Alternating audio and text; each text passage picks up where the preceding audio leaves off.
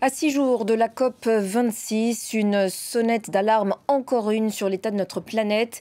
L'Organisation météorologique mondiale a publié un bulletin sur les gaz à effet de serre ce lundi. Leur quantité a atteint un nouveau sommet l'an dernier. C'est un message donc très fort envoyé aux négociateurs de la COP26. Mais sera-t-il enfin entendu?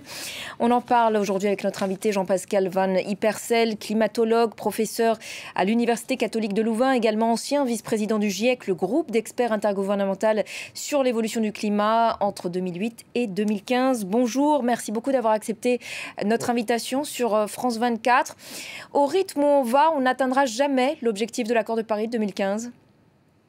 En tout cas, c'est mal parti. Je crois qu'il ne faut jamais dire jamais, donc restons prudents. Mais c'est largement une question de volonté politique. En fait, comme le rapport du GIEC publié cet été l'a rappelé, nous n'avons pas encore émis les quantités de gaz à effet de serre qui ferait passer la température mondiale au-delà d'1,5 degré. Donc, quelque part, on a encore cette source d'espoir-là. Donc, l'avenir est entre nos mains. Et puis, de toute façon, chaque tonne de CO2 que nous n'émettons pas dans les années qui viennent est gagnée pour protéger le climat. Donc, même si on arrivait à dépasser un petit peu l'objectif de l'accord de Paris, il vaudrait mieux le dépasser le moins possible que le dépasser beaucoup. Donc, il y a beaucoup encore que l'on peut faire.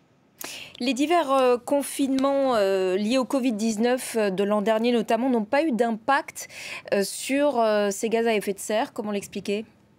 Mais ils ont eu un impact, mais l'impact a été négligeable. Alors, la raison est très simple. En fait, les émissions ont bien baissé en 2020. Elles ont baissé de quelques pourcents au niveau mondial. C'est évidemment bienvenu.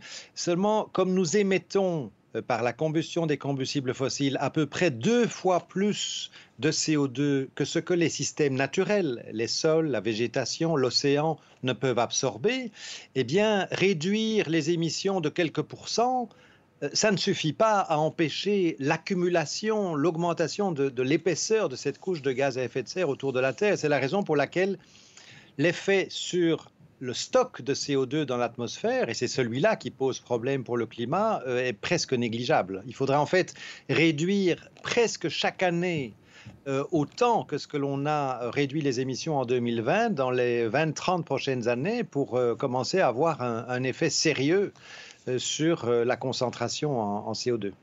Conséquence de ce constat, on peut s'attendre à la multiplication des phénomènes météo extrêmes ? Oui, donc déjà depuis le milieu du XXe siècle, on a observé particulièrement une augmentation de la fréquence, de l'intensité des vagues de chaleur dans bien des régions du monde. On a aussi observé dans bien des régions du monde une augmentation de l'intensité des pluies qui viennent du fait qu'un climat plus chaud s'accompagne de davantage d'évaporation, il y a davantage de vapeur d'eau dans l'air.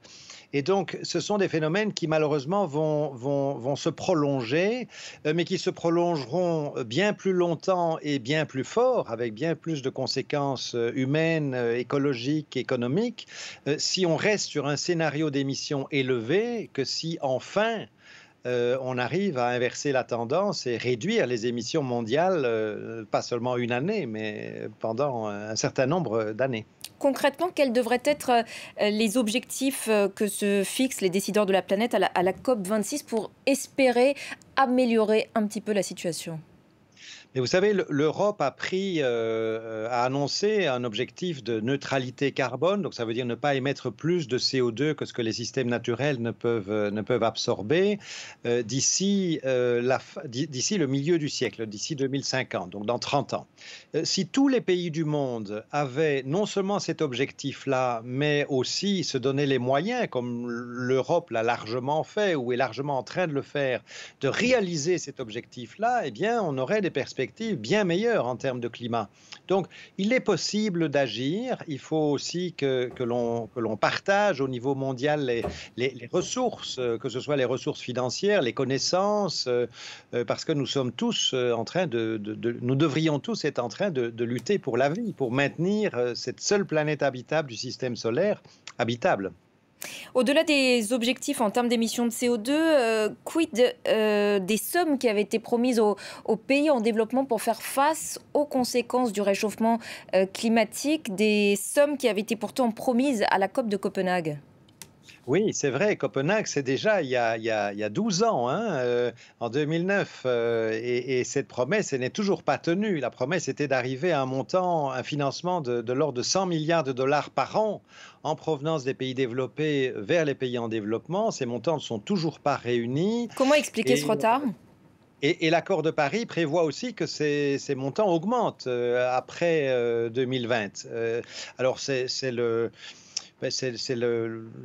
l'égoïsme quelque part de beaucoup de pays développés par rapport aux dégâts qui sont de plus en plus visibles dans les pays en développement. Je pense que c'est un facteur. Il y a des priorités à court terme. Je crois que beaucoup de pays développés se rendent trop peu compte qu'en fait, protéger tous les habitants de la planète des changements climatiques, c'est dans l'intérêt de tout le monde. Il est clair que si, par exemple, le climat de l'Afrique continue à se détériorer, eh bien, il y aura sans doute davantage de personnes en Afrique qui auront envie de migrer vers l'Europe. Et donc, je pense qu'il y a une compréhension qui devrait être bien meilleure du fait que nous formons tous une communauté humaine à la surface de la planète et qu'il est temps de partager davantage les ressources.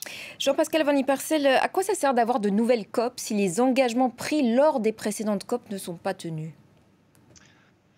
Oui, c'est une bonne question, mais bon, chaque COP, comme je dis, j'ai assisté à presque toutes les COP depuis la première, chaque COP représente un certain progrès par rapport à la situation précédente. C'est presque toujours un progrès très insuffisant, mais c'est tout de même un progrès. Donc je crois qu'il faut continuer, il faut intensifier les efforts, il faut espérer que la visibilité qui maintenant est devenue très grande des dégâts des changements climatiques, on l'a vu chez nous en Europe, dans mon pays, en Belgique, en Allemagne aussi, on a vu dans le sud de l'Europe les incendies de forêt, on a vu les incendies de forêt en Sibérie, en Californie, au Canada. Donc ces impacts deviennent de plus en plus visibles et, je l'espère, devrait donner davantage le sentiment d'urgence aux dirigeants politiques pour que, enfin, des décisions ambitieuses soient prises.